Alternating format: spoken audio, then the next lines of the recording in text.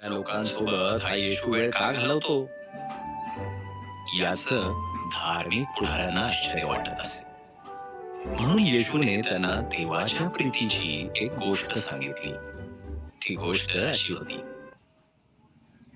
एका मनुष्याला 2 मुलं होती. त्यापैकी धाकट्या मुलानं मालमत्तेचा जो वाटा वडील मेल्यानंतर त्याला मिळणार होता तो आधीच मागितला.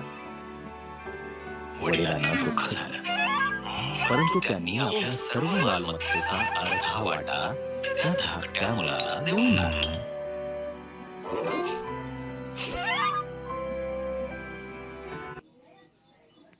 तो मुलगा दूर देशी निघून गेला.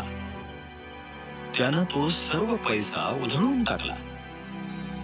त्यानंतर तिथं दुष्काळ पडला आणि त्यामुळे तिथं डुकरांना चारा टाकण्याचं काम तो करू लागला. डुकरांचा चारा आपल्याला देखील खाता आला असता तर बरं झालं असतं असं आता त्याला वाटू लागलं. माझ्या वडिलांच्या नोकर चाकरांची स्थिती माझ्यापेक्षा किती चांगली आहे असा विचार त्याने केला.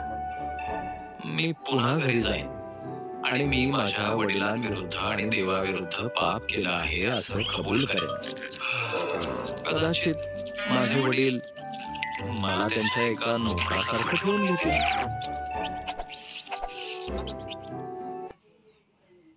तो धाकटा मुलगा घरी परत गेला. घरापासून तो दूरच होता तेव्हा त्याचे वडील धावत त्याच्याकडे गेले आणि त्याला मिठी मारली.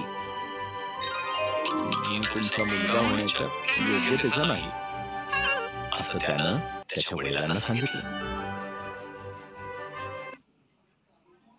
माझ्या मुलासाठी सर्वोत्तम पोशाख आणा वडिलांनी त्यांच्या नोकरांना सांगितलं. त्याच्या पोटात अंगठी घाला, पोचलेला वासरू कापून मेजवानी द्या.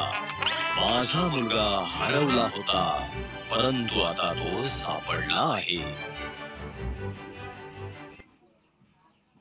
या उत्सवाबद्दल ऐकून थोरल्या मुलाला मात्र राग आला.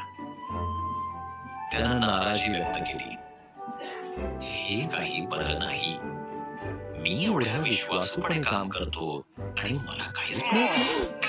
हा तर पैसे उधळतो आणि त्याच्यासाठी मेजवानी केली जाते.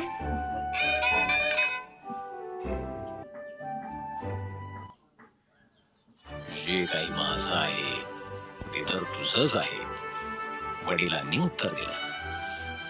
तुझा भाऊ मेला होता परंतु तो आता जिवंत झाला आहे.